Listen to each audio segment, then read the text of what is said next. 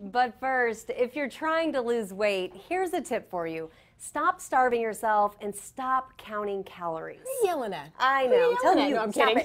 Okay. Mark Macdonald is here. He's Chelsea Handler's nutritionist and the author of Body Confidence. And Mark is here to bust some of the top nutrition and exercise myths. Look at the guns on this man. You gotta believe anybody that does like that. Hi, Mark. Good to have you here. Thanks for having me. One more hug. Give me a big one. What are we gonna do? Two? No, we one. Okay. I'll get you after. Yeah. Okay. So Chelsea's a good friend of yours. Yes. Normally, I know that you guys don't like to drop secrets and tell what your clients are doing, but we asked ahead of time if you could tell us a little something. What are you doing for her? What's working for her? What is she like? Can you tell us anything? The big thing with Chelsea is that she came to me because she really didn't understand food. And most people, they know how to eat healthy, but they don't really understand how to put it all together. Yeah. So she was focused on dieting, exercising for about hours. So we really dialed in her nutrition, got her blood sugar stable, created balance with her body so her hormones were in check. That released her stored fat and then optimized her exercise. And those two combined with learning how to make the alcohol work into her day, took her body to that's a big thing. I love that because I wanted to ask you. Yeah. I wouldn't guess Chelsea is a very disciplined person when it comes to food and everything. She is though. Really? Well, because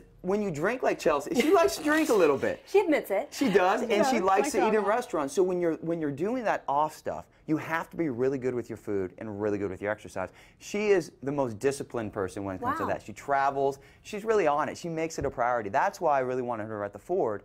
Because she's an inspiration to people. Go Okay, girl. look, if she can do that with the alcohol, I have a problem with sweets. I like candy. Can I still work out a little diet if I like candy? Of course. I like that. I love pizza and ice cream. It's my favorite. Okay, so we got to talk more. So we're going to bust a couple of the top nutrition and exercise myths. All right, the first one, you ready? A lot of people think that you have to be in a calorie deficit to lose weight, that it's all about the calories. Is that true or false? That is false. That is the reality is that when you look at deficits, when is deficit ever a good thing? If your bank account's low, eventually you have to pay it back. Calories work the same way. Diets work because they help you drop weight.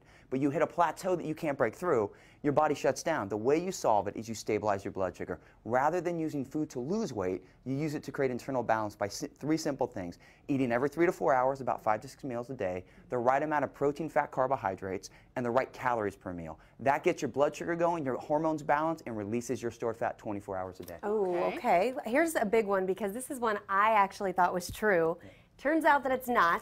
Eating before bed. Does it cause you to gain weight, or do you need to be eating the right things before bed? It is false. It does not cause you to gain weight. But if you stabilize your blood sugar, if you never spike your blood sugar and overeat, it's impossible to store fat.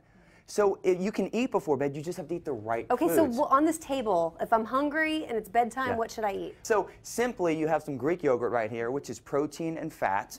If it's low-fat, get low-fat Greek yogurt. And by simply having some blueberries or nectarine with that, that gives you protein, fat, carbohydrates, keeps your blood sugar stable, and actually makes you release fat when you sleep. See, that's my problem, because at night, I wouldn't be looking at any of this. I'd be going to grab a Snickers, some ice cream, something fun, and, that's not good for you. So it's all about what you're choosing to eat at night before you go to bed. Well, and a lot of that Snickers and ice cream is caused from missing meals throughout the day. That would do it, That's me. You create that deficit, and when you're hungry, you're not craving chicken or tuna. Anything. Exactly. You want the bad stuff. Okay, let's talk cardio because, I go to the gym. Sometimes I get my Kindle out. I'm reading it, and I know that's not a great workout. But is all cardio really created equal if I run versus the elliptical? Once again, it's false. That when you look at the two things with cardio that matter, you have two types of muscle fibers. You have red muscle, which is like your treadmill, when you're steady, when oxygen's present, walking, and then you have your white fiber, about 50% of your body, which is like high-intensity cardio.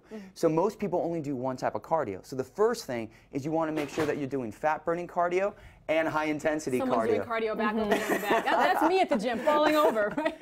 So simply, if you're walking 30 minutes if you're doing like sprints, you would go 1 minute explosion, recover, do that for 30 minutes, and then follow that with 30 minutes of fat burning. You'll burn about 30 to 40% more fat. Then the last thing, like the elliptical trainer, that's a non-impact movement. It doesn't recruit the same amount of muscle. Food stabilizes your blood sugar, releases stored fat, exercise burns it up. So with exercise, you want to recruit maximum muscle fibers. Walk on a treadmill, pump it up to 15%, don't hold on. That's going to give you probably a 30% better workout in the same time. So don't do the elliptical. Well, if you have an injury. But if you really want to take it to the next level, it's not about doing more. It's about being better at what you do. Empty stomach, though, when you go to the gym, a lot of people I say like to you work should out work on out an on empty stomach. Yeah. I shouldn't be, right? Well, you will burn Doing fat. everything wrong. But your body's a refuel as it goes machine. So whenever you miss a meal, your body, it can't use fat for fuel. So it has to burn its muscle. That affects your metabolism. So it's not, you have to make sure you eat before exercise. But once again, a lot of people need to eat something light.